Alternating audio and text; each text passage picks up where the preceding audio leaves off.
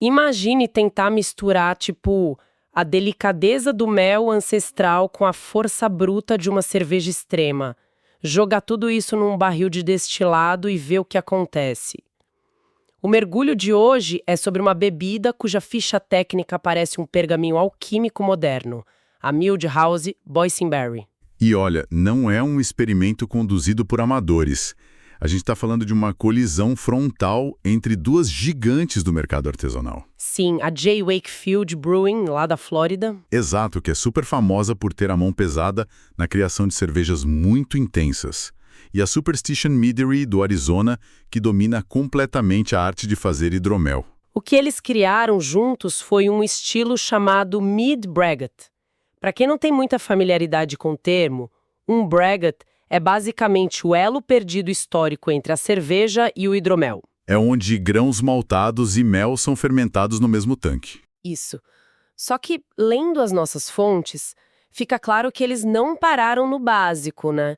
Eles pegaram essa base híbrida e envelheceram em barris de conhaque de maçã, o famoso Apple Brandy, e depois ainda adicionaram Boysenberries. Que é um tipo de amora extremamente ácida e rústica. Sim, e confesso que a minha primeira reação foi um ceticismo total.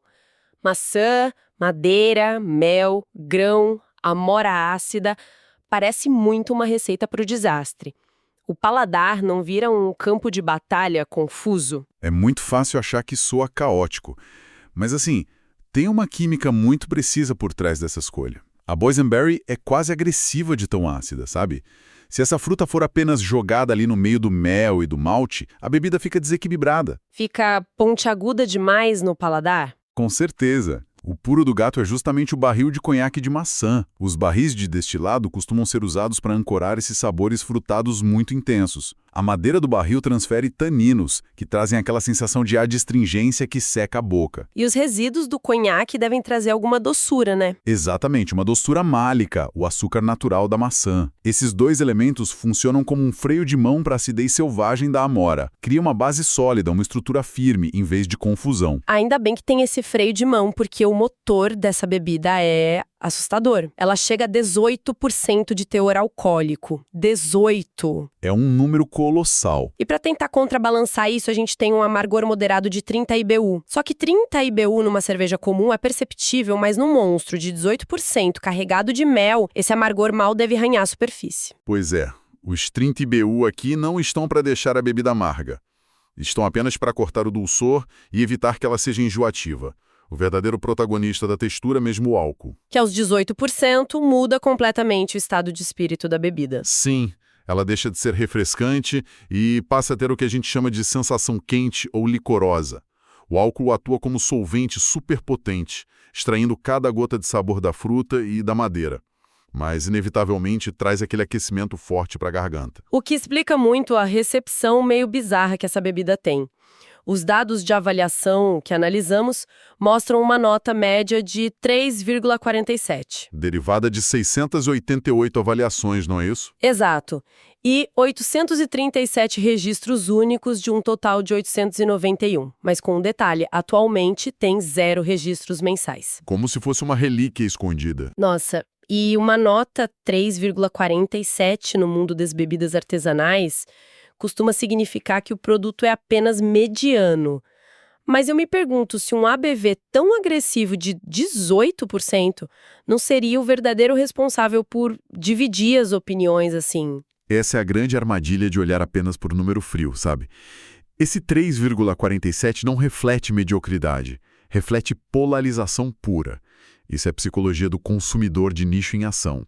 Lembra muito a dinâmica de um filme cult. Ou a pessoa acha que é uma obra-prima de nicho, ou sai da sala nos primeiros 10 minutos. Perfeito. Quem adquire um Braggot esperando o perfil fácil de beber de uma cerveja comum, toma um susto. O álcool sobrecarrega as papilas gustativas, o que leva a avaliações bem baixas. Por outro lado, quem busca uma experiência extrema e quer degustar algo complexo, acha genial. A média matemática entre o choque e o fascínio acaba sendo esse 3,47. Em síntese, a Mildhouse Boysenberry é uma demonstração de força criativa interestadual incrível. E vale notar que a bebida segue em produção ativa, mas não possui classificação de safra. É um vintage false nas fichas técnicas. Verdade. Ela une o peso imponente dos barris de conhaque ao doçor selvagem das frutas num braggot brutal e sem concessões. Uma colisão contínua de técnicas que recompensa quem tem paciência para explorar o paladar. O que nos deixa com um pensamento super provocativo para fechar essa análise. Considerando essa potência de 18% de álcool e a ausência de uma safra específica definida pelas cervejarias, como será que o perfil de sabor dessa mistura de hidromel e cerveja no barril de maçã evoluiria se fosse simplesmente esquecida no fundo de uma adega escura por uma década inteira? Fica a reflexão. E assim chegamos ao final de mais um episódio do Beer Review, um podcast da Rare Beer Brasil. Aqui exploramos o universo das cervejas artesanais, com histórias, curiosidades e experiências que tornam cada gole especial. Beer Review, Rare Beer Brasil. Se você curtiu, siga o podcast na sua plataforma preferida para não perder nenhum episódio. Compartilhe com amigos que amam descobrir novos sabores e histórias. Beba menos, mas beba melhor. Até o próximo episódio e saúde!